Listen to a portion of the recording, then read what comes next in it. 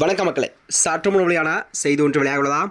அதிமுகவின் ரகசிய சர்வேவா, திமுக புள்ளிகளுக்கெல்லாம் பொறி வைக்கும் டெல்லி.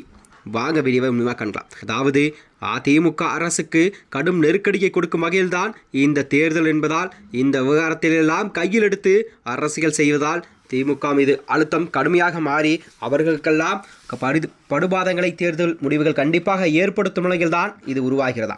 அதாவது 2026 தமிழக சட்டமன்ற தேர்தலுக்கு வேலைகளில் தீயாய் ஈடுபட்டு வரும் அரசியல் கட்சிகள் எல்லாம் தங்கள் செயல்பாடுகளை குறித்து மக்கள் என்ன நினைக்கிறார்கள் என்பதையும் அறிய வேண்டுமென தீவிர முனைப்பை காட்டி வருகிறதா.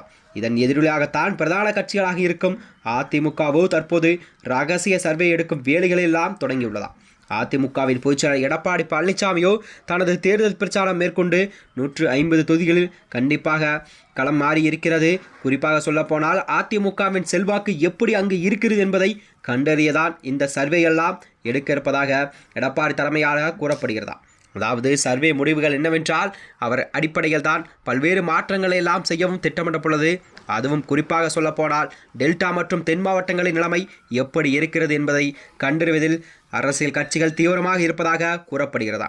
இந்த 2 மண்டலங்களுக்குமே கண்டிப்பாக திமுக கண்டிப்பாக அந்தந்த தொகுதியில் வலிமையாக மண்டலாக இருக்கிறதா.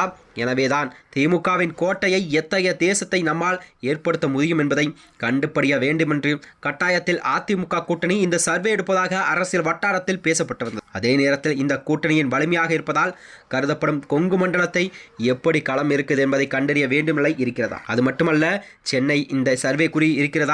எப்போது திமுக தான் சென்னையில் ஆதிக்கம் செலுத்தும் கட்சியாக இருந்தது. திமுகவின் ஆதிக்கம் 200 சென்னை விடுவிக்க வகுக்க வேண்டிய வியூகமெல்லாம் குறித்து சர்வே அடிப்படையில் விவாதிக்கப்பட இருக்கிறதா. மிக முக்கியமாக சொல்லப்போனால் அதிமுகவின் பேச்சாளர் எடப்பாடி பழனிசாமியோ செயல்பாடுகள் எல்லாம் எப்படி இருக்குது என்பதை மக்களிடம் கருத்தாக கேட்கப்பட இருக்கிறதா. குறிப்பாக அவரது பேச்சு மற்றும் செயல்பாடுகள் மற்றும் மக்கள் என்ன நினைக்கிறார்கள் என்பதை கணக்கிட திட்டமிட்டுள்ளதாம். இதன் அடிப்படையில் தான் அவரது பிரச்சாரம் பேசும் விதத்தில்தான் கூட சில மாற்றங்களை எல்லாம் ஏற்படுத்தலாம். தற்போது பிரச்சார கூட்டங்களில் பேசும் எடப்பாடி பழனிசாமி பேச்சை முடிக்கும் முன் பை பை சொல்லி ஸ்டாலின் என சொல்லி முடிக்கிறாராம். இதைத்தான் மக்கள் எப்படி பார்க்கிறார்கள், ரசிக்கிறார்கள் அல்லது வேடிக்கையாக பார்க்கிறார்கள் என்பது குறித்து கற்று தெரிந்து கொள்ளவே இந்த சர்வேயானது அதிமுக தலைமையில் எடுக்கப்படுவதாகவும் அரசியல் வட்டாரத்தில் பேசப்பட்டு வருகிறது. அது மட்டுமின்றி இது குறித்து டெல்லி வட்டாரத்தில் விசாரித்தோம். அவர்கள் பலை திட்டம் ஒன்று தயாராக கூறுகிறார்கள். அதாவது ஏற்கனவே கீழமை நீதிமன்றங்களில் திமுக அமைச்சர்கள் தங்கம் தென்னரசு, ஐ பெரியசாமி, பொன்முடி ரகுபதி, அனிதா, ராதாகிருஷ்ணன், துரைமுருகன், ஏவா வேலு போன்றவர்களாம் மீது சொத்து குவிப்பு வழக்கு நடந்து வருகிறது.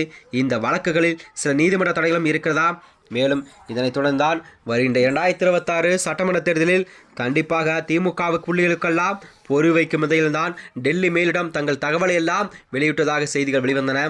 மேலும் இது போன்ற வீடியோக்களை தெரிந்து கொள்ள நமது சேனலை மறக்காமல் சப்ஸ்கிரைப் செய்து கொள்ளும். நன்றி, வணக்கம்.